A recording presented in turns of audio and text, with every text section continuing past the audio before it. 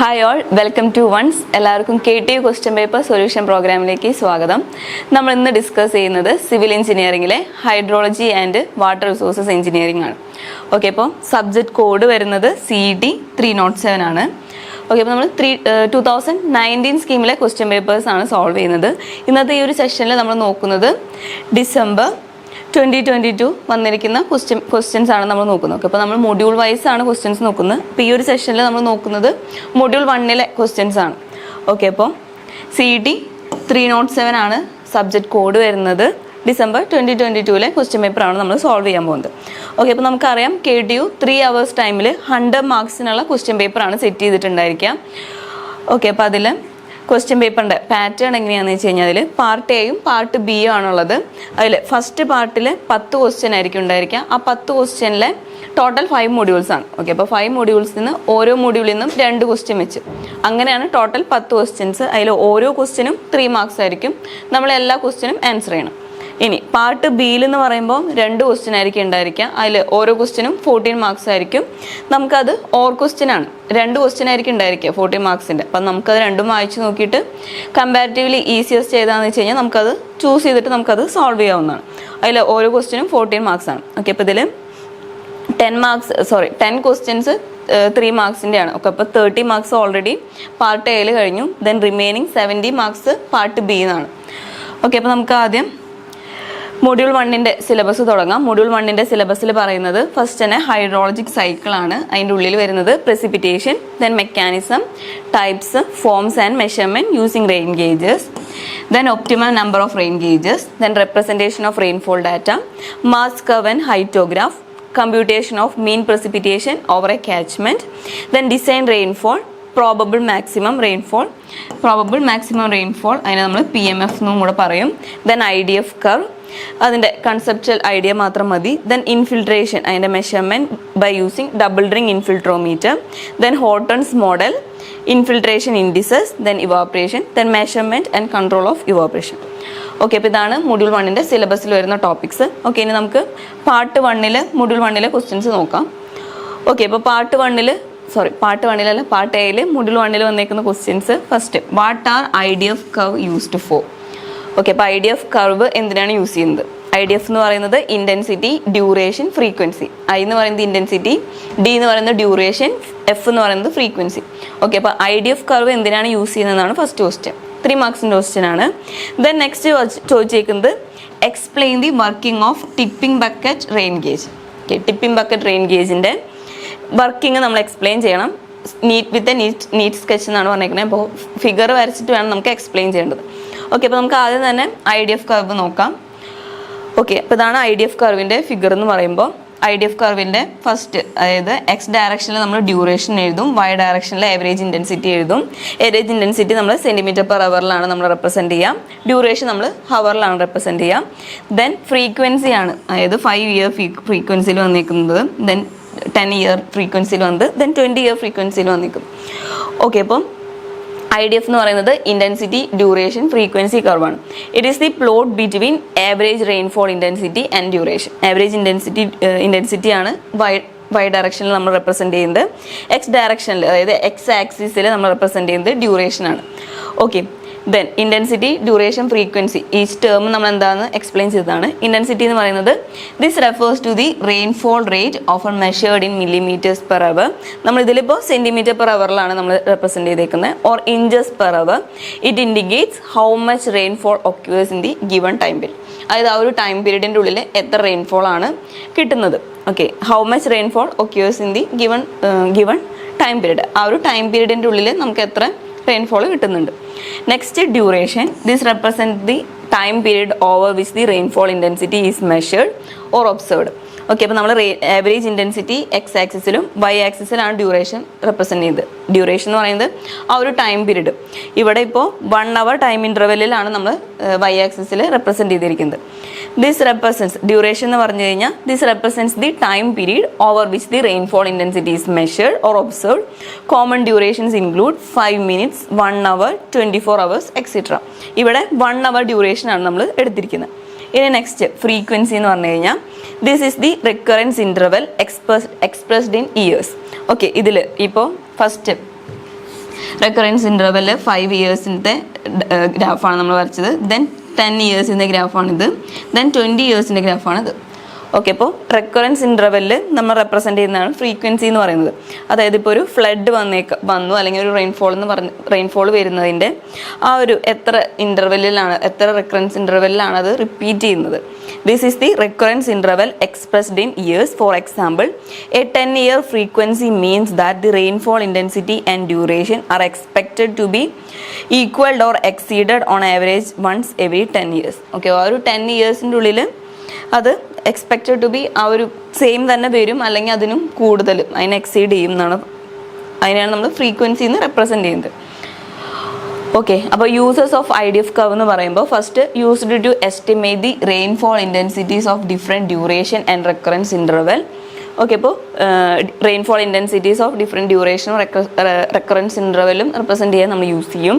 Estimate ചെയ്യാൻ നമ്മൾ use ചെയ്യും. Also help to estimate a certain rainfall rate for a specific volume of flow, and also help to estimate the recurrence them which may cause flooding cause ചെയ്യുന്ന ആ ഒരു recurrence interval അല്ലെങ്കിൽ ആ ഒരു certain rainfall rate find out ചെയ്യാൻ നമുക്ക് IDF curve use ചെയ്യാം. Then the IDF curves R developed based on the historical rainfall data. Historical rainfall data use ചെയ്തിട്ടാണ് നമ്മളിപ്പോൾ അതിൽ recurrence interval 5 years 10 years 20 years കൊടുക്കുന്നുണ്ട്. ഓക്കെ, അപ്പോൾ നമ്മൾ ഹിസ്റ്റോറിക്കൽ ഡാറ്റ യൂസ് ചെയ്തിട്ടാണ് ഈ ഒരു കർവ് വരയ്ക്കുന്നത്. Okay, the engineers and hydrologist use these curves to estimate the design rainfall for different return periods and duration. Okay, അപ്പോൾ these curves are used to estimate the design rainfall for different return periods. Example 2 year 10 year 100 year and durations. Okay, അപ്പോൾ ആ ഒരു design റെയിൻഫോളിന് നമ്മളിത് use ചെയ്യുന്നുണ്ട്. Then this information is crucial for designing the infrastructure such as storm water management systems, culvert and other hydraulic structures. അതായത് ഡാംസിൻ്റെ അതിൻ്റെയൊക്കെ കൺസ്ട്രക്ഷനിൽ നമ്മൾ use ചെയ്യുന്നത് IDF കർവ്സ് ആണ്. അതായത് എക്സ്പെക്റ്റഡ് റെയിൻഫോൾ അറിഞ്ഞാലാണ് നമുക്ക് ആ ഒരു ഡാമിൻ്റെ കൺസ്ട്രക്ഷനിൽ, അതായത് എങ്ങനെയാണ് അത് ചെയ്യേണ്ടത്, നമുക്ക് ഇൻഫ്രാസ്ട്രക്ചർ ഡിസൈനിങ് നമുക്ക് ഹെൽപ്ഫുൾ ആവുന്നത് ഈ ഒരു IDF കർവാണ്. Okay, in the summary IDF curves are a valuable tool for water resource management and engineering design, helping to understand the frequency, intensity of rainfall events for the various duration, which is essential for planning, designing water related infrastructure. Main ആയിട്ട് IDF curves are essential for the planning, designing water related infrastructures design ചെയ്യണമെങ്കിൽ നമുക്ക് അറിയണം, already അറിയണം എത്ര rainfall കിട്ടും, എത്രയാണ്, അതായത് അതിൻ്റെ ആ ഒരു റെക്കറൻസ് ഇൻ്റർവെൽ എങ്ങനെയാണ്, അതിൻ്റെ ആ ഡീറ്റെയിൽസ് ഒക്കെ നമുക്ക് അറിയണം. ഓക്കെ, അപ്പോൾ എന്ത് ഡിസൈനിങ് വാട്ടർ റിലേറ്റഡ് ഇൻഫ്രാസ്ട്രക്ചേഴ്സിൻ്റെ ഒക്കെ ഡിസൈനിങ് അല്ലെങ്കിൽ അതിൻ്റെ പ്ലാനിങ് അല്ലെങ്കിൽ ഡിസൈനിന് നമുക്കിത് എസെൻഷ്യലാണ്. Okay, next question, explain the working of a tipping bucket rain gauge with a neat sketch. Okay, അപ്പോൾ ഇത് ടിപ്പിംഗ് ബക്കറ്റിൻ്റെ സ്കെച്ചാണ്. സോ അതിൽ ആദ്യം തന്നെ ഒരു റിസീവർ ഉണ്ടായിരിക്കും, ഒരു ഷാർപ്പ് എൻഡഡ് ആയിട്ടുള്ള ഒരു റിസീവർ ഉണ്ടായിരിക്കും. അതായത് ഒരു സിലിണ്ടറിക്കൽ ഫോമിലായിരിക്കും. അതിൻ്റെ ഡയ വരുന്നത് 30 സെൻറ്റിമീറ്റർ ആണ്. 30 സെൻറ്റിമീറ്റർ ഡയുള്ള ഒരു റിസീവർ ഉണ്ടായിരിക്കും. ദെൻ അത് കഴിഞ്ഞിട്ട് ഒരു ഫണൽ വെച്ചിട്ടാണ് ആ റിസീവറിൻ്റെ അതിലേക്കാണ് റെയിൻഫോൾ വരുന്നത്. ദെൻ ആ ഒരു ഫണലിൽ കൂടെ അത് കളക്ട് ചെയ്തിട്ട്, ഓക്കെ, ഇവിടെ റെയിൻഫോൾ വന്നു ഈ ഒരു ഫണലിൽ കൂടെ അത് പോയി. ദെൻ ടിപ്പിംഗ് ബക്കറ്റ്, ആ ഒരു ഫണലിൻ്റെ കറക്റ്റ് ബോട്ടത്തിലായിട്ടാണ് ടിപ്പിംഗ് ബക്കറ്റ് വെക്കുക. ഓക്കെ, അപ്പോൾ ആ ടിപ്പിംഗ് ബക്കറ്റിൽ എങ്ങനെയാണെന്ന് വെച്ച് കഴിഞ്ഞാൽ ഇത് ശരിക്കും പറയുകയാണെങ്കിൽ ഒരു 2 ബക്കറ്റ് പോലെ തന്നെയാണ്. ഫസ്റ്റ് തന്നെ ഈ ഒരു റെയിൻഫോളിൻ്റെ നമ്മൾ കളക്ട് ചെയ്ത ആ ഒരു റെയിൻ വാട്ടർ ഫസ്റ്റ് ഈ ഒരു ബക്കറ്റിൽ നിറഞ്ഞു കഴിഞ്ഞാൽ ആ ഒരു ബക്കറ്റ് ടിപ്പ് ചെയ്യും. അതായത് ആ ഒരു ബക്കറ്റ് ടിപ്പ് ചെയ്യാൻ മീൻസ് ആ ഒരു ഇതിൽ നിറഞ്ഞു കഴിഞ്ഞാൽ അത് അപ്പോൾ തന്നെ ഇങ്ങോട്ടേക്കാവും. ഓക്കെ, ആ ഒരു വെള്ളം ക്വാണ്ടിറ്റി എന്ന് പറയുമ്പോൾ ആ ഒരു വെയിറ്റ് കാരണം ആ ഒരു ബക്കറ്റ് ഇവിടെ നമുക്കൊരു പൈവോട്ടാണ്. സോ അപ്പോൾ ആ ഒരു മൂവ്മെൻറ്റ് അങ്ങനെയാണ്. അതായത് ആ ഒരു ഫസ്റ്റത്തെ ബക്കറ്റിൽ വാട്ടർ നിറഞ്ഞു കഴിയുമ്പോൾ ആ ഒരു ബക്കറ്റ് പൈവോട്ട് ചെയ്യുമ്പോൾ അതായത് അത് റൊട്ടേറ്റ് ചെയ്യും. ദെൻ ആ ഒരു ലെഫ്റ്റിലെ ഈ ഒരു ബക്കറ്റ് മുകളിലേക്ക് വരും. ഓക്കെ, അപ്പോൾ മുകളിലേക്ക് വരുമ്പോൾ ഇനി അത് നെക്സ്റ്റ് ആ ഒരു ബക്കറ്റ് നിറയും. ആ ഒരു ബക്കറ്റ് നിറഞ്ഞു കഴിഞ്ഞാൽ എഗെയിൻ അത് നിറഞ്ഞു കഴിയുമ്പോൾ ആ ഒരു വെയിറ്റ് അതിന് ഹാൻഡിൽ ചെയ്യാൻ പറ്റാത്ത അധികം വെയിറ്റ് ആകുമ്പോൾ അത് ആ ഒരു വെള്ളത്തിന് താഴേക്ക് ആക്കും. ദെൻ എഗെയിൻ ആ ഒരു മറ്റേ അപ്പുറത്തെ ബക്കറ്റ് മുകളിലേക്ക് വരും. ദെൻ അത് ഫില്ലാവും. അത് ഫില്ലായി കഴിയുമ്പോൾ എഗെയിൻ ആ ഒരു വെയിറ്റ് കൂടുതലാവുമ്പോൾ അത് ടിപ്പ് ചെയ്യുമ്പോൾ ആ ഒരു വാട്ടർ ഇതിൽ കൂടെ പോയിട്ട് ഇവിടെ കളക്ട് ചെയ്യും. അതിൻ്റെ ഉള്ളിൽ കളക്ട് ചെയ്യും. നമ്മൾ ഇതിൽ യൂസ് ചെയ്യുന്നത് ടിപ്പിംഗ് ബക്കറ്റിൽ നമ്മൾ യൂസ് ചെയ്യുന്നത് ഇത് ടിപ്പ് ചെയ്യുമ്പോൾ വരുന്ന ആ ഒരു ഇലക്ട്രിക് സിഗ്നൽസ് ഉണ്ടായിരിക്കും. അതൊരു റെക്കോർഡിംഗ് ഡിവൈസ് വെച്ചിട്ട് നമ്മൾ റെക്കോർഡ് ചെയ്യണം. ഓക്കെ, അപ്പം അങ്ങനെയാണ് നമുക്ക് ടിപ്പിംഗ് ബക്കറ്റിൽ റെയിൻഫോളിൻ്റെ എത്ര റെയിൻഫോൾ കിട്ടിയെന്ന് നമ്മൾ മെഷർ ചെയ്യുന്നത്. Okay, a tipping bucket rain gauge is a type of instrument used to measure rainfall. Rainfall measure ചെയ്യാനാണ് നമ്മൾ യൂസ് ചെയ്യുന്നത്. ടിപ്പിംഗ് ബക്കറ്റ് റെയിൻ ഗേജ് എന്നാണ്. ഓക്കെ, അപ്പോൾ നമ്മൾ റെയിൻഫോൾ മെഷർ ചെയ്യാൻ വേണ്ടിയിട്ടാണ് അത് യൂസ് ചെയ്യുന്നത്. Okay, it operates on the principle of collecting rainwater in a funnel and then using a tipping mechanism to record the amount of rainfall. നമ്മൾ പറഞ്ഞു rain water നമ്മൾ കളക്ട് ചെയ്യാണ്. ഒരു ഫണൽ വെച്ചിട്ട് നമ്മളത് ആ ഒരു ഫണലിലേക്ക് നമ്മളത് കളക്ട് ചെയ്യുന്നു. ആ ഫണലിൽ നിന്ന് അത് ദെൻ ടിപ്പിംഗ് ബക്കറ്റിലേക്ക് പോകുന്നു. പിന്നെ ദെൻ അവിടെ ഒരു ടിപ്പിംഗ് മെക്കാനിസം വെച്ചിട്ട് നമ്മളൊരു അവിടെ ഫോം ചെയ്യുന്ന ഇലക്ട്രിക് സിഗ്നൽസ് നമ്മൾ റെക്കോർഡ് ചെയ്യുന്നു. Record the amount of rainfall. Okay, ഇത് സെൽഫ് റെക്കോർഡിംഗ് ടൈപ്പാണ്. ദെൻ നമ്മളവിടെ ഫിഗറിൽ കാണിച്ചിട്ടുണ്ട് 30 സെൻറ്റിമീറ്റർ എന്ന് പറഞ്ഞു, അല്ലെങ്കിൽ 300 mm ആണ് അതിൻ്റെ ഡയാമീറ്റർ വരുന്നത്. ഷാർപ്പ് എഡ്ജ് റിസീവർ ആണ് ടോപ്പിലുണ്ടായിരിക്കാം, അതായത് ഷാർപ്പ് എഡ്ജ് ആയിട്ടായിരിക്കും ആ റിസീവറിൻ്റെ എഡ്ജ് ഷാർപ്പായിരിക്കും. Then buckets can receive 0.25 mm of precipitation, then it tips and brings the other bucket to position. ഒരു 0.25 mm റെയിൻഫോൾ ആണ് അതിന് മാക്സിമം, ആ ഒരു ബക്കറ്റിന് മാക്സിമം സ്റ്റോർ ചെയ്യാൻ പറ്റുന്നത്. ഓക്കെ, അപ്പോൾ അതിനും കൂടുതലായി കഴിഞ്ഞ് കഴിഞ്ഞാൽ അത് ടിപ്പ് ചെയ്യും, നെക്സ്റ്റ് ബക്കറ്റ് വരും. ദെൻ അതിലും 0.25 mm സ്റ്റോർ ചെയ്യും. ദെൻ അത് ഫില്ലായി കഴിയുമ്പോൾ നെക്സ്റ്റ് ടിപ്പ് ചെയ്യുമ്പോൾ നെക്സ്റ്റ് ബക്കറ്റ് മുകളിലേക്ക് വരും. അങ്ങനെയാണ് അതിൻ്റെ മെക്കാനിസം വരുന്നത്. Okay, the bucket discharge water into the measuring ട്യൂബിലേക്കാണ് അത് ഡിസ്ചാർജ് ചെയ്യുന്നത്.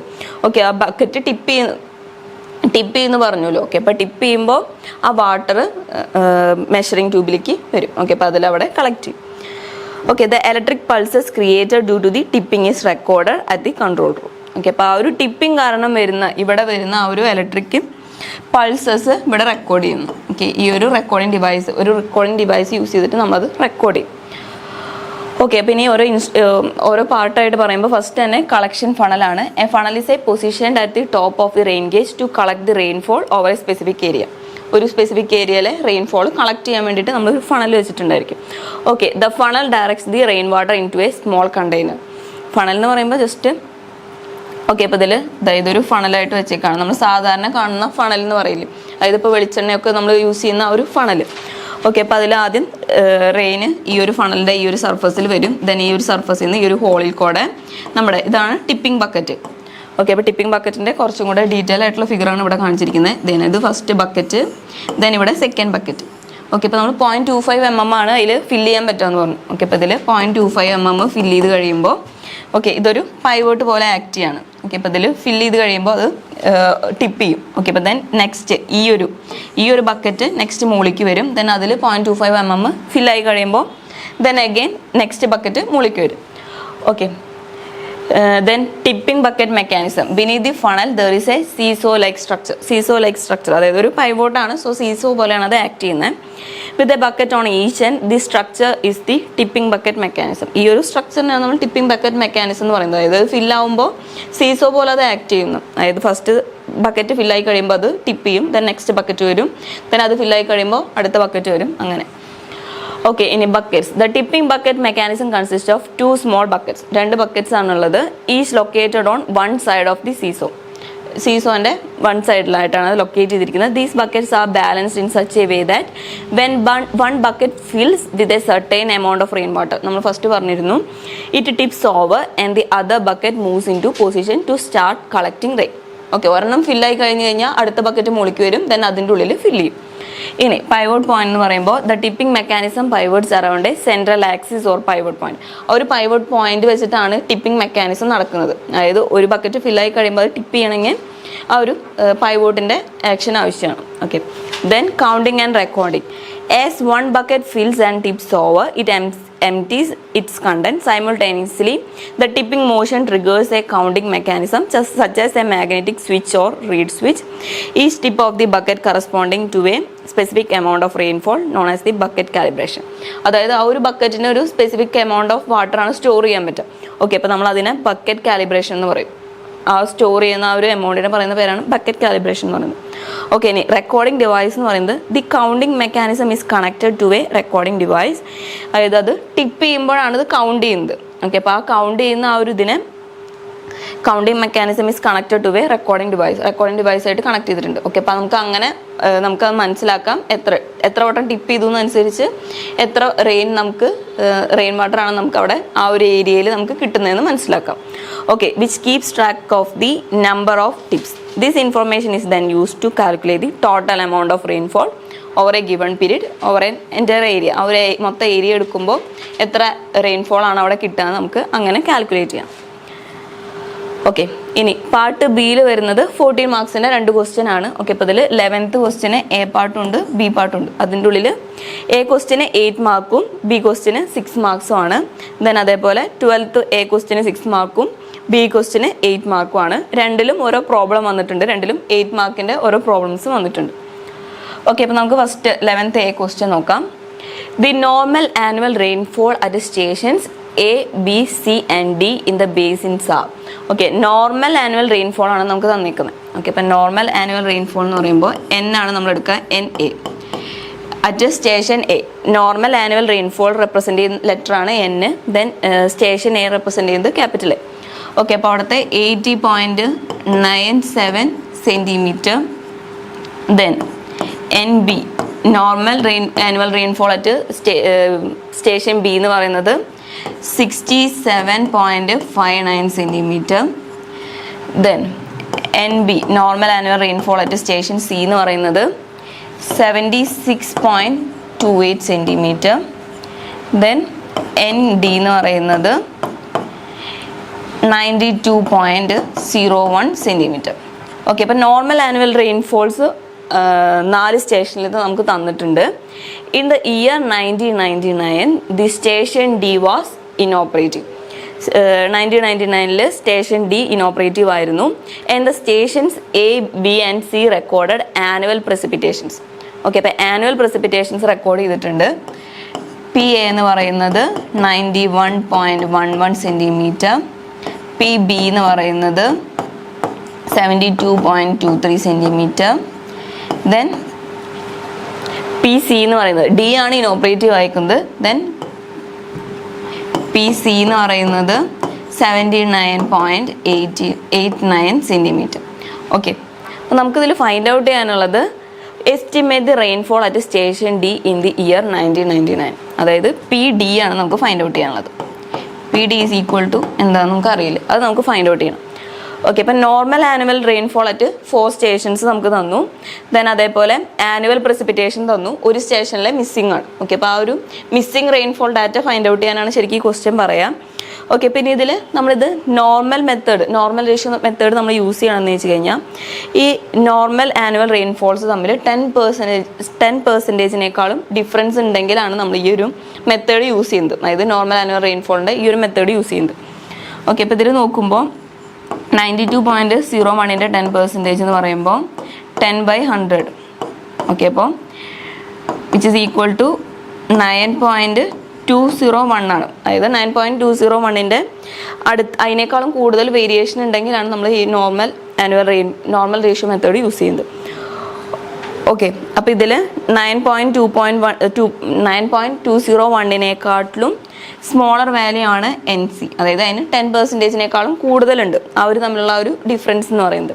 ഓക്കെ, ഇനി എൻ ബി എന്ന് പറയുമ്പോൾ അതും ഈ ഒരു റേഷ്യോ തമ്മിൽ 10% കൂടുതൽ. ഓക്കെ, അപ്പോൾ അത് നോക്കുമ്പോൾ 10%-നേക്കാളും കൂടുതലാണ്. ഓക്കെ, അപ്പോൾ നമുക്ക് നോർമൽ റേഷ്യോ മെത്തേഡാണ് ഇവിടെ യൂസ് ചെയ്യുന്നത്. ഓക്കെ, അപ്പോൾ അതിൻ്റെ ഇക്വേഷൻ വരുന്നത് P D is equal to N D divided by small N into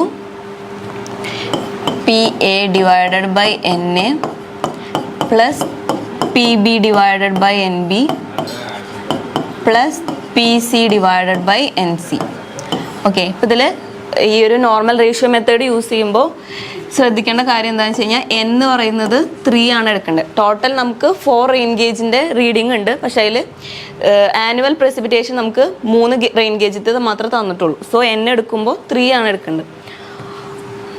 okay, അപ്പോൾ N D is equal to 92.01 divided by 3 into P A by N A. P A എന്ന് പറയുന്നത് 91.11 divided by N A എന്ന് പറയുന്നത് 80.97 plus P B എന്ന് പറയുന്നത് 72.23 divided by N B എന്ന് പറയുന്നത് 67.59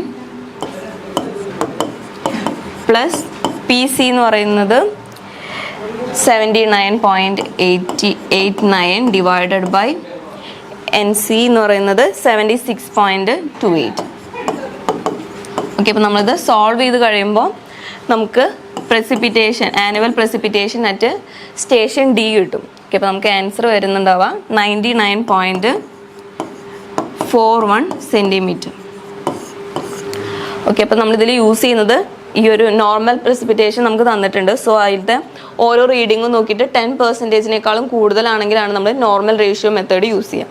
okay, അപ്പോൾ ഇത് നോക്കുമ്പോൾ 92, അതായത് ഈ ഒരു റെയിൻഫോൾ ഡാറ്റ എടുത്ത് അതിൻ്റെ ഇൻറ്റു 10% നമുക്ക് ചെയ്യുമ്പോൾ 9.201 ആണ് വന്നത്. ദെൻ ഇതിൻ്റെ ഡിഫറൻസ് നോക്കുമ്പോൾ അതിനും കൂടുതലാണ്. സോ 10%-നേക്കാളും കൂടുതലായതുകൊണ്ടാണ് നമ്മൾ നോർമൽ റേഷ്യോ മെത്തേഡ് യൂസ് ചെയ്തത്. ഓക്കെ, അപ്പോൾ ഇനി നോർമൽ റേഷ്യോ മെത്തേഡിൻ്റെ equation P D is equal to N D divided by small N into P A by N A plus P B by N B plus P C by N C ആണ്.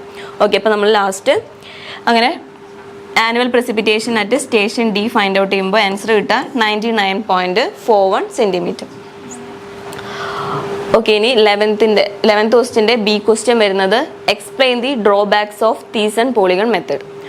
Okay, അപ്പോൾ അതിൽ Thiessen polygon method എന്ന് പറയുന്നത് it is a spatial analysis technique used to allocate areas of influence around a set of point location. അതായത് നമ്മൾ കുറച്ച് points select ചെയ്ത് കഴിഞ്ഞാൽ അതിൻ്റെ അറൗണ്ട് വരുന്ന ഇൻഫ്ലുവൻസ് ഏരിയ, അറൗണ്ട് എത്ര ഏരിയയിലാണ് ഇൻഫ്ലുവൻസ് വരുന്നതെന്ന് ഫൈൻഡ് ഔട്ട് ചെയ്യാനാണ് നമ്മൾ തീസൺ പോളിഗൺ മെത്തേഡ് യൂസ് ചെയ്യുന്നത്. The method assumes that the each point has an influence area and the boundaries of these areas are delineated by perpendicular bisectors. Okay, അപ്പോൾ ഇതിൽ നമ്മൾ ആദ്യം പോയിന്റ്സ് സെലക്ട് ചെയ്ത് കഴിഞ്ഞ് കഴിഞ്ഞാൽ ആ പോയിന്റ്സ് ഒക്കെ ജോയിൻ ചെയ്ത് കഴിഞ്ഞ് അതിൽ പെർപെൻഡിക്കുലർ ബൈസെക്ടേഴ്സ് വരച്ച് അത് കണക്ട് ചെയ്തിട്ട് ഒരു ലൈൻ വരയ്ക്കും. ഓക്കെ, അപ്പോൾ ഈ ഒരു ഫിഗറിൽ കാണാം, ഈ ലൈനാണ് നമ്മൾ മെയിനായിട്ട് എടുക്കുന്നത്. തീസൺ പോളിഗൺ മെത്തേഡിൽ ഈ ലൈൻസ് ആണ് നമ്മൾ എടുക്കുക. ഓക്കെ, അപ്പോൾ നമുക്ക് ഈ ക്വസ്റ്റ്യനിൽ ചോദിച്ചേക്കുന്നത് തീസൺ പോളിഗൺ മെത്തേഡിൻ്റെ ഡ്രോബാക്സ് ആണ്. ഓക്കെ, അപ്പോൾ അതിൽ അല്ലെങ്കിൽ അതിൻ്റെ ഡിഫക്റ്റ് ആണ് നമുക്ക് ക്വസ്റ്റ്യനിൽ ചോദിച്ചേക്കുന്നത്. അപ്പോൾ ഫസ്റ്റ് എന്താണെന്ന് വെച്ച് കഴിഞ്ഞാൽ assumption of equal influence. One of the main അല്ലെങ്കിൽ major drawback is the assumption that each observation point within a polygon exerts equal influence throughout the entire polygon. അങ്ങനെയാണ് നമ്മൾ ഈ ഒരു അസംഷനിലാണ് നമ്മൾ തീസൺ പോളിഗൺ മെത്തേഡ് ചെയ്യുന്നത്. എല്ലാ പോയിന്റ്സിനും ഈക്വൽ ഇൻഫ്ലുവൻസ് ഉണ്ടെന്ന് പറഞ്ഞിട്ട്. In reality the influence of A point should decrease with the distance from the point. അതായത് റിയാലിറ്റിയിൽ ആ ഒരു പോയിന്റിൽ നിന്നുള്ള പോയിന്റിലേക്കുള്ള ഡിസ്റ്റൻസ് മാറുന്നതിനനുസരിച്ച് ഇൻഫ്ലുവൻസും ചേഞ്ച് ആവും. ബട്ട് നമ്മൾ തീസൺ പോളിഗൺ മെത്തേഡിൽ ഈക്വൽ ഇൻഫ്ലുവൻസിലാണ് അത് എടുക്കുന്നത്. ഓക്കെ, അപ്പോൾ അതൊരു ഡിഫക്റ്റ് ആണ്. Then second, discontinuity of boundaries. Thiessen polygons create abrupt boundaries between adjacent polygons. ആ ഒരു അഡ്ജസൻറ്റ് പോളിഗൺസ് തമ്മിൽ പെട്ടെന്നുള്ള ഒരു ബൗണ്ടറി ചേഞ്ച് ആണ് വരുന്നത്. ഓക്കെ, അപ്പോൾ ആ ഒരു ഡിസ്കണ്ടിന്യൂറ്റി ഓഫ് ബൗണ്ടറീസും ഇതിൻ്റെ ഒരു ഡ്രോബാക്ക് ആണ്. Then sensitivity to outliers. The method is sensitive to outliers or extreme values among the observation points. A single outlier can significantly affect the shape and size of the Thiessen polygon. അതായത് ഒരു പോയിന്റിലെ മാത്രം value ഭയങ്കര കൂടുതലാണെന്ന് വെച്ച് കഴിഞ്ഞാൽ ആ ഒരു പോയിന്റ് കാരണം മാത്രം അതിൻ്റെ സൈസും ഷേപ്പൊക്കെ ഈ തീസൺ പോളിഗൻ്റെ സൈസ് അല്ലെങ്കിൽ ഷേപ്പ് എൻറ്റയർലി ചേഞ്ച് ആവും. ഓക്കെ, അപ്പോൾ അതും ഒരു ഡ്രോബാക്ക് ആണ്. ആ ഒരു പോയിന്റ് കാരണം ആ ഒരു തീസൺ പോളിഗൻ്റെ സൈസ് എൻറ്റയർലി മാറാണ് ചെയ്യുന്നത്. ഓക്കെ, അപ്പോൾ next drawback not suitable for gradients വരാണെങ്കിൽ അത് സ്യൂട്ടബിൾ അല്ല. The next dependency on observation points. The method is highly dependent on the distribution of observation point. If the observation points are unevenly distributed it can result in irregularly shape polygon. അതായത് ആ points കറക്റ്റായിട്ട് locate ചെയ്തില്ല എന്ന് വെച്ച് കഴിഞ്ഞാൽ irregular shape ആയിട്ടുള്ള ഒരു polygon ആയിരിക്കും നമുക്ക് കിട്ടുക. അപ്പോൾ നമുക്ക് അതിൻ്റെ വാല്യൂസ് ഫൈൻഡ് ഔട്ട് ചെയ്യാൻ കുറച്ച് ഡിഫിക്കൽട്ട് ആയിരിക്കും. Then does not consider the landscape features ഒന്നും നമ്മൾ തീസൺ പോളിഗണിൽ കൺസിഡർ ചെയ്യുന്നില്ല. Then not suitable for the irregularly shaped areas. Irregular ഷേപ്പുള്ള ഏരിയാസിൽ നമുക്കിത് ഈ ഒരു മെത്തേഡ് യൂസ് ചെയ്യാൻ പറ്റില്ല. Okay, next boundaries effect. Okay, boundaries of the study area can have a significant impact on the shapes of the Thiessen polygon near the edges. ആ ഒരു boundary കാരണം അതിൻ്റെ ആ ഒരു ഷേപ്പ് എൻറ്റയർലി മാറാൻ ചാൻസ് ഉണ്ട്. A new Thiessen polygon diagram is required if there is an addition or deletion of a drain gauge station for the basin. അതായത് ഒരു റെയിൻ ഗേജ് സ്റ്റേഷൻ മാറുകയാണെങ്കിൽ പോലും നമ്മൾ പുതിയൊരു Thiessen polygon നമ്മൾ കൺസ്ട്രക്ട് ചെയ്യേണ്ടി വരും. അത് അതിൻ്റെ ഒരു ഡ്രോബാക്ക് ആണ്. No account is taken of the orographic features of the catchment. Orographic features നമ്മളിതിൽ കൺസിഡർ ചെയ്യുന്നില്ല. The assumption of linear variation of precipitation between two stations is not desirable since the precipitation is influenced by a large number of meteorological and catchment characteristics. Then last defect എന്താണെന്ന് വെച്ച് കഴിഞ്ഞാൽ the method does not consider the topographic features or other barriers. Topographic features ഒന്നും ഇതിൽ consider ചെയ്യുന്നില്ല. Okay, ഇനി 12th ക്വസ്റ്റ്യൻ്റെ question വരുന്നത് explain the different types of precipitation. Okay, precipitation is it refers to any form of water, liquid or solid, that falls from the atmosphere and reaches the ground. Okay, precipitation നമുക്കറിയാം. Okay, ഇനി different types of precipitation വരുന്നത് 4 classification ആണ്. Cyclonic precipitation, convective precipitation, orographic precipitation and precipitation due to turbulent ascent. Okay, അപ്പോൾ first precipitation നോക്കാം. Cyclonic precipitation. Cyclonic precipitation results from the lifting of air masses converging into low pressure area of cyclone. Okay, അപ്പോൾ cyclonic precipitation രണ്ടെണ്ണമായിട്ടാണ് രണ്ട് ക്ലാസിഫിക്കേഷനാണ് അതിലുള്ളത്. Frontal precipitation-ഉം non frontal precipitation-ഉം. Okay, ഇതിൽ ഫ്രണ്ട് എന്ന് പറയുന്നത് a border region between two adjacent air masses having different characteristics such as temperature and humidity. അതായത് രണ്ട് ഡിഫറെൻറ്റ് ക്യാരക്ടറിസ്റ്റിക്സ് വരുന്നതിനെയാണ് നമ്മൾ ക്യാരക്ടറിസ്റ്റിക്സ് വരുന്ന ആ ഒരു ബൗണ്ടറീനെയാണ്, അല്ലെങ്കിൽ ഒന്നെങ്കിൽ ടെമ്പറേച്ചർ ഡിഫറൻസ് വരുന്ന അല്ലെങ്കിൽ ഹ്യൂമിഡിറ്റി ഡിഫറൻസ് വരുന്ന ആ രണ്ട് ഏരിയാസ് ഓഫ് ബൗണ്ടറീസ് അല്ലെങ്കിൽ ആ ഒരു എയർ മാസസിൻ്റെ ആ ഒരു ബൗണ്ടറീനെയാണ് നമ്മൾ ഫ്രണ്ട് എന്ന് പറയുന്നത്. ഓക്കെ, അപ്പോൾ ഫ്രണ്ടൽ precipitation എന്ന് പറയുമ്പോൾ ഈ ഒരു ഫിഗറിൽ കാണാം, ഇവിടെ കോൾഡ് ഫ്രണ്ടും ഇവിടെ വാം മോസ്റ്റ് എയർ ഫ്രണ്ടും ആണ് വരുന്നത്. Then warm air rises over the cold front, then condenses. Okay, അപ്പോൾ അതിൽ കോൾഡ് ഫ്രണ്ടും ഉണ്ട്, ദെൻ വാം മോസ്റ്റ് എയർ ഫ്രണ്ടും ഉണ്ട്. ഓക്കെ, അപ്പോൾ ദെൻ ഇതിൽ വാം എയർ റൈസ് ചെയ്യും, ഈ കോൾഡ് എയറിൻ്റെ മുകളിലേക്ക് വരും, എന്നിട്ട് ദെൻ അത് കണ്ടൻസ് ചെയ്തിട്ട് precipitation ഉണ്ടാവും. ഓക്കെ, അപ്പോൾ അതിനെയാണ് നമ്മൾ ഫ്രണ്ടൽ precipitation എന്ന് പറയുന്നത്. Okay, when a flow of warm and moist air mass from the south meets the cold air mass of polar region, the cold air being heavier under the run of warm air flow in the form of flat bed forcing the warm air aloft. അതായത് ഈ സൈഡിൽ നിന്ന് called air വന്നു, അപ്പുറത്തെ സൈഡിൽ നിന്ന് warm air വന്നു, then warm air ആണ് മുകളിലേക്ക് പോകുന്നത്, ദെൻ അതാണ് കണ്ടൻസ് ചെയ്തിട്ട് precipitate ചെയ്യുന്നത്. The lifted warm air mass cools down at high altitudes causing precipitation. Lift ചെയ്യുന്ന ആ ഒരു വാം എയർ കോൾഡ് ഫ്രണ്ടും ഉണ്ട് വാം ഫ്രണ്ടും ഉണ്ട്. ദെൻ വാം ഫ്രണ്ട് ആണ് മുകളിലേക്ക് പോയിട്ട് ഹൈ ഓൾട്ടിറ്റ്യൂഡിലേക്ക് പോയിട്ട് കൂൾ ചെയ്തിട്ട് precipitation ഉണ്ടാക്കുന്നത്. A friend may be warm friend or cold friend depending upon whether there is an active or passive ascent of warm air mass over cold air mass. ഏത് വേണമെങ്കിലും ആവാം, warm front ആവാം അല്ലെങ്കിൽ called front ആവാം. Okay, then non frontal precipitation എന്ന് പറയുന്നത് in the case of non frontal precipitation the most warm air mass is stationary and the moving cold air mass meets it. Okay, thus due to the lightness of warm air there is a passive ascent of warm air over the cold air owing to the active undercutting. When the lifted warm air cools down at higher altitude precipitation occurs. അപ്പോൾ അതാണ് non frontal precipitation. ഇനി next വരുന്നത് convective precipitation ആണ്. Okay, അപ്പോൾ ഇതിൽ convective precipitation figure കാണിച്ചിട്ടുണ്ട്. ഇപ്പോൾ ഇതിൽ മോയിസ്റ്റ് എയർ വരുന്നു, ഇവിടെ ഒരു ഹോട്ട് സർഫസ് ആണ്, ഇപ്പോൾ രണ്ട് ഡയറക്ഷനിൽ നിന്നും മോയിസ്റ്റ് എയർ വരും, ഹോട്ട് എയറിൽ വന്ന് ഹോട്ട് സർഫസിൽ മീറ്റ് ചെയ്യുമ്പോൾ അത് മുകളിലേക്ക് അപ്വേർഡ് ഡയറക്ഷനിൽ മൂവ് ചെയ്യും, ദെൻ അത് കൂളായിട്ട് കണ്ടൻസ് ചെയ്യുകയാണ് ചെയ്യുന്നത്. Convective precipitation is caused by the natural rising of warmer, lighter air in colder, denser surroundings. Okay, അപ്പോൾ അതിൽ മോയിസ്റ്റ് എയർ വന്നു, ഇവിടെ ഹോട്ട് സർഫസ് ആണെന്ന് പറഞ്ഞു, രണ്ട് സൈഡിൽ നിന്നും മോയിസ്റ്റ് എയർ വന്നു, ദെൻ ഈ ഒരു ഹോട്ട് സർഫസിൽ മീറ്റ് ചെയ്തിട്ട് ദെൻ അത് അപ്വേർഡ് ഡയറക്ഷനിൽ മൂവ് ചെയ്യുന്നു, ദെൻ കൂൾ എയർ കണ്ടൻസ് ചെയ്തിട്ടാണ് അവിടെ precipitation ഉണ്ടാകുന്നത്. Okay, the difference in the temperatures may result from the unequal heating at the surface.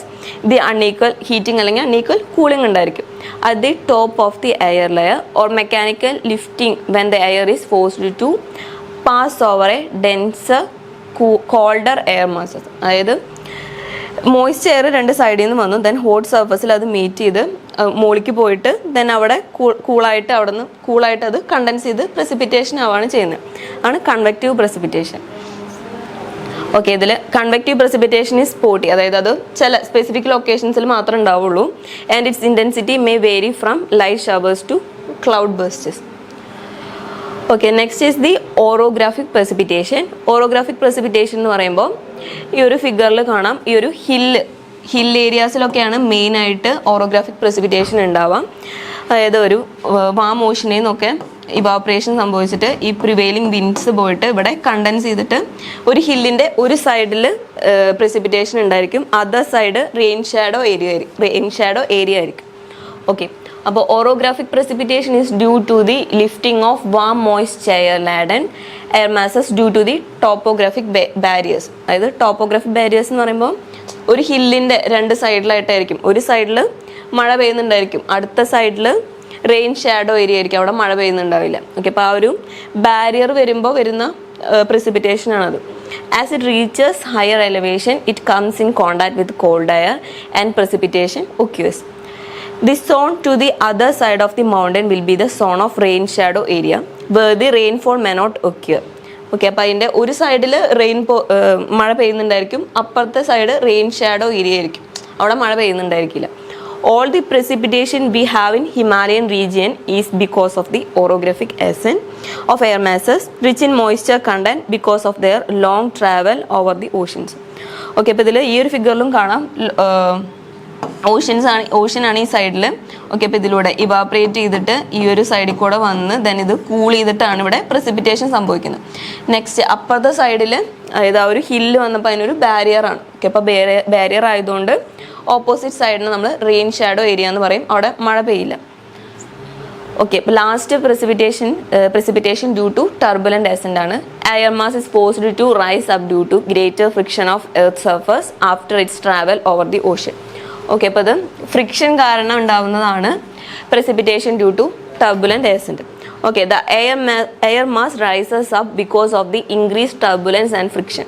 Turbulence and friction കാരണം ഉണ്ടാവുന്നതാണ് precipitation due to turbulent ascent. Okay, അപ്പോൾ അതിൻ്റെ figure കാണിച്ചിട്ടില്ല.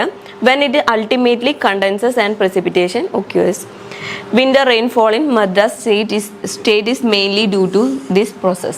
അതായത് precipitation due to turbulent ascent കാരണമാണ് മദ്രാസ് ഏരിയയിലൊക്കെ rainfall ഉണ്ടാവുന്നത്.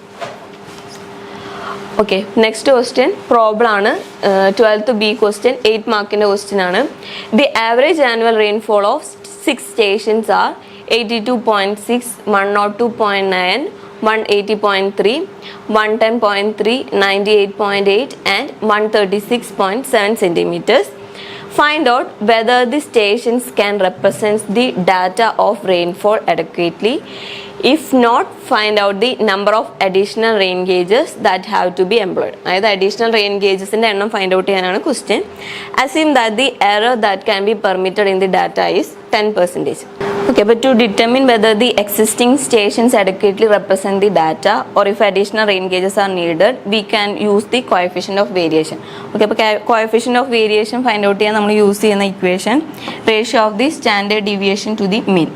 Okay, അപ്പോൾ coefficient of variation is equal to standard deviation divided by mean.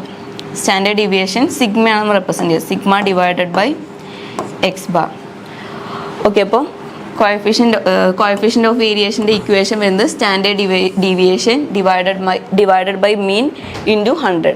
Okay, അപ്പോൾ ഇതിൽ ആദ്യം തന്നെ നമുക്ക് മീൻ കാൽക്കുലേറ്റ് ചെയ്യണം, മീൻ എക്സ് ബാർ കാൽക്കുലേറ്റ് ചെയ്യണം, ദെൻ സ്റ്റാൻഡേർഡ് ഡീവിയേഷൻ കാൽക്കുലേറ്റ് ചെയ്യണം. അത് കഴിഞ്ഞിട്ട് standard deviation by mean into 100 ചെയ്യുമ്പോൾ നമുക്ക് കോഎഫിഷ്യൻ്റ് ഓഫ് വേരിയേഷൻ കിട്ടും. Okay, compare the calculated C V with the allowable error. Allowable error നമുക്ക് 10% ആയിട്ട് 10% തന്നിട്ടുണ്ട്. ഓക്കെ, അപ്പോൾ നമുക്ക് കാൽക്കുലേറ്റ് ചെയ്ത സി വി ആ 10%ഉം കമ്പയർ ചെയ്യാം. If the C V is within the allowable error, the existing stations are considered adequate. If not, additional rain gauges may be needed. അതായത് ഇപ്പം നമ്മൾ സി വി ഫൈൻഡ് ഔട്ട് ചെയ്തത് 10%-നേക്കാളും കൂടുതലാണ്, അങ്ങനെയാണെങ്കിൽ നമുക്ക് അഡീഷണൽ റെയിൻ ഗേജസ് വേണം. Okay, അപ്പോൾ നമ്മൾ അഡീഷണൽ റെയിൻ ഗേജസിൻ്റെ ഇക്വേഷൻ യൂസ് ചെയ്തിട്ട് അഡീഷണൽ റെയിൻ ഗേജസ് എത്രയാണെന്ന് ഫൈൻഡ് ഔട്ട് ചെയ്യണം. ഓക്കെ, അപ്പോൾ ഇതിന് ആദ്യം തന്നെ മീൻ ഫൈൻഡ് ഔട്ട് ചെയ്യാൻ X bar is equal to 1/n sigma X I. Okay, അപ്പോൾ ഇതിൽ നമുക്ക് എക്സ് ഐ തന്നിരിക്കുന്നത് ക്വസ്റ്റ്യനിൽ തന്നിട്ടുള്ള ആവറേജ് റെയിൻഫോൾ ഡാറ്റാസ് ആണ് XI എന്ന് പറയുന്നത്. ടോട്ടൽ നമുക്ക് തന്നിരിക്കുന്നത് 1 2 3 4 5 6 റെയിൻഫോൾ ഡാറ്റാസ് ആണ് നമുക്ക് തന്നിരിക്കുന്നത്. ഓക്കെ, അപ്പോൾ നമ്മളിത് എല്ലാം കൂടെ ആഡ് ചെയ്ത് ഡിവൈഡഡ് ബൈ 6 ചെയ്യുമ്പോൾ നമുക്ക് മീൻ റെയിൻഫോൾ ഡാറ്റ കിട്ടും. ഓക്കെ, അപ്പോൾ ടോട്ടലായിട്ട് അതും എല്ലാം കൂടെ ആഡ് ചെയ്യുമ്പോൾ 82.6 plus 102.9 plus 180.3 plus 110.3 and 98.8 plus 136.7. Okay, divided by 6. Okay, അപ്പോൾ ഇത് ചെയ്യുമ്പോൾ നമുക്ക് മീൻ റെയിൻഫോൾ ഡാറ്റ കിട്ടും. ഓക്കെ, അപ്പോൾ മീൻ റെയിൻഫോൾ വരുന്നുണ്ടാവുക 118.6 സെൻറ്റിമീറ്റർ. ഓക്കെ, ദെൻ നമ്മൾ മീൻ ഫൈൻഡ് ഔട്ട് ചെയ്തു. ഇനി നമുക്ക് സ്റ്റാൻഡേർഡ് ഡീവിയേഷൻ ആണ് ഫൈൻഡ് ഔട്ട് ചെയ്യേണ്ടത്. ഓക്കെ, അപ്പോൾ സ്റ്റാൻഡേർഡ് ഡീവിയേഷൻ ഫൈൻഡ് ഔട്ട് ചെയ്യാൻ sigma is equal to root of XI minus X bar whole square ആണ്. ഓക്കെ, അപ്പോൾ XI എന്ന് പറയുന്നത് നമുക്ക് അറിയാവുന്ന ഓരോ റെയിൻഫോൾ ഡാറ്റാസും, എക്സ് ബാർ എന്ന് പറയുന്നത് മീൻ റെയിൻഫോൾ ഡാറ്റ ആണ്. ഓക്കെ, അപ്പോൾ ആദ്യത്തെ 82.6 മൈനസ് 118.6 ഹോൾ സ്ക്വയർ പ്ലസ് സിഗ്മയാണ്. ഓക്കെ, അപ്പോൾ ഓരോന്നിനും മൈനസ് ചെയ്ത് സ്ക്വയർ ചെയ്യണതിന് ആഡ് ചെയ്യണം. ഓക്കെ, അപ്പോൾ നെക്സ്റ്റ് വരുന്നത് 102.9 minus 118.6 whole square. Then next 180.3 minus 118.6 square plus 110.3 minus 118.6 square plus 98.8 minus 118.6 square plus 136.7 minus 118.6 whole square divided by n minus 1. n എന്ന് പറയുന്നത് 6 ആണ്. സോ 6 minus 1 എന്ന് പറയുമ്പോൾ 5. ഓക്കെ, അപ്പോൾ നമുക്കിത് കാൽക്കുലേറ്റ് ചെയ്ത് കഴിയുമ്പോൾ സ്റ്റാൻഡേർഡ് ഡീവിയേഷൻ്റെ ആൻസർ കിട്ടുക 35.037 ആണ് സ്റ്റാൻഡേർഡ് ഡീവിയേഷൻ കിട്ടും. ഓക്കെ, അപ്പോൾ now compare the calculated CV with the allowable error 10%. If the CV is within 10%, then existing stations are considered adequate. If the CV is exceed 10%, the additional rain gauges may be needed. Okay, അപ്പോൾ നമുക്ക് ഇവിടെ നോക്കുമ്പോൾ CV value നമുക്ക് വന്നത് 35.037 ആണ്. Okay, അപ്പോൾ 10%-നേക്കാളും കൂടുതലാണ്. So നമുക്ക് കൂടുതൽ അഡീഷണൽ റെയിൻ ഗേജസ് വേണം. ഓക്കെ, അപ്പോൾ അതിൽ CV വാല്യൂ നമുക്ക് കിട്ടിയത് ഇപ്പോൾ 35.037 ആണ്. ഓക്കെ, അപ്പോൾ നമുക്ക് അഡീഷണൽ റെയിൻ ഗേജസ് കാണാൻ വേണ്ടി യൂസ് ചെയ്യുന്ന equation CV/P whole square. Okay, അപ്പോൾ അതിൽ 35.037 ഡിവൈഡഡ് ബൈ P എന്ന് പറയുന്നത് ഓക്കെ, ഇതിൽ CV-യുടെ വാല്യൂ എന്ന് പറയുന്നത് standard deviation by sigma by X bar ആണ്. ഓക്കെ, അപ്പോൾ നമ്മളിതിൽ സിഗ്മ ബാർ എക്സ് ബാർ നമ്മൾ ഫൈൻഡ് ഔട്ട് ചെയ്തിട്ടില്ല. നമ്മൾ ഫൈൻഡ് ഔട്ട് ചെയ്തത് സ്റ്റാൻഡേർഡ് ഡീവിയേഷൻ സിഗ്മയായിരുന്നു. ഓക്കെ, അപ്പോൾ ഇതിൽ 35.037 divided by 35.037 divided by sigma X bar എന്ന് പറയുന്നത് 118.6 ആണ് ഇൻറ്റു 100. ഓക്കെ, അപ്പോൾ അത് ചെയ്യുമ്പോഴാണ് നമുക്ക് CV വാല്യൂ കിട്ടാം. CV വാല്യൂ എന്ന് പറയുന്നത് 29.54 ആണ് വരാം. ഓക്കെ, ഇനി 29.54 ആണ് വന്നത്. സോ അത് 10%-നേക്കാളും കൂടുതലാണ്. ഓക്കെ, അപ്പോൾ നമുക്ക് അഡീഷണൽ റെയിൻ ഗേജസ് ആവശ്യമുണ്ട്. ഓക്കെ, അപ്പോൾ then n is equal to CV divided by P whole square. Okay, അപ്പോൾ അതിൽ CV എന്ന് പറയുന്നത് 29.54 ഡിവൈഡഡ് ബൈ P എന്ന് പറയുന്നത് 10 ഹോൾ സ്ക്വയർ ചെയ്യുമ്പോൾ ആൻസർ കിട്ടാം 8.73. ഓക്കെ, അപ്പോൾ ഈ 8.73 നമ്മൾ റൗണ്ട് ചെയ്തിട്ട് 10 ആണ് പറയാം. ഓക്കെ, അപ്പോൾ ഇതിൽ അഡീഷണൽ റെയിൻ ഗേജസ് നമുക്ക് വേണ്ടത് ഓൾറെഡി 6 റെയിൻ ഗേജസ് ഉണ്ട്. ഓക്കെ, അപ്പോൾ അതിൽ അഡീഷണൽ ആയിട്ട് റെയിൻ ഗേജസ് വേണ്ടത് അപ്പോൾ നമുക്ക് 10 മൈനസ് അഡീഷണൽ റെയിൻ ഗേജസ് എന്ന് പറയുമ്പോൾ ഓൾറെഡി 6 റെയിൻ ഗേജസ് ഉണ്ട്. ഓക്കെ, നമ്മളിപ്പോൾ ഫൈൻഡ് ഔട്ട് ചെയ്തത് ടോട്ടൽ 10 റെയിൻ ഗേജസ് വേണം. അതായത് ഇത്രയും ഈ ഒരു CV വാല്യൂ വരുമ്പോൾ നമ്മളിത് കാൽക്കുലേറ്റ് ചെയ്യുമ്പോൾ total number of rain gauges നമുക്ക് 10 ആണ് കിട്ടും. ഓക്കെ, അപ്പോൾ അഡീഷണൽ ആയിട്ട് വേണ്ടത് എക്സ്ട്രാ ആഡ് ചെയ്യേണ്ടത് 4 റെയിൻ ഗേജസ് ആണ്. ഓക്കെ, ഓക്കെ, അപ്പോൾ നമ്മൾ മൊഡ്യൂൾ 1 എല്ലാ ക്വസ്റ്റ്യനും സോൾവ് ചെയ്ത് കഴിഞ്ഞു. അപ്പോൾ നമുക്ക് അടുത്ത സെഷനിൽ മൊഡ്യൂൾ 2 ക്വസ്റ്റ്യൻസ് ആയിട്ട് മീറ്റ് ചെയ്യാം. Thank you.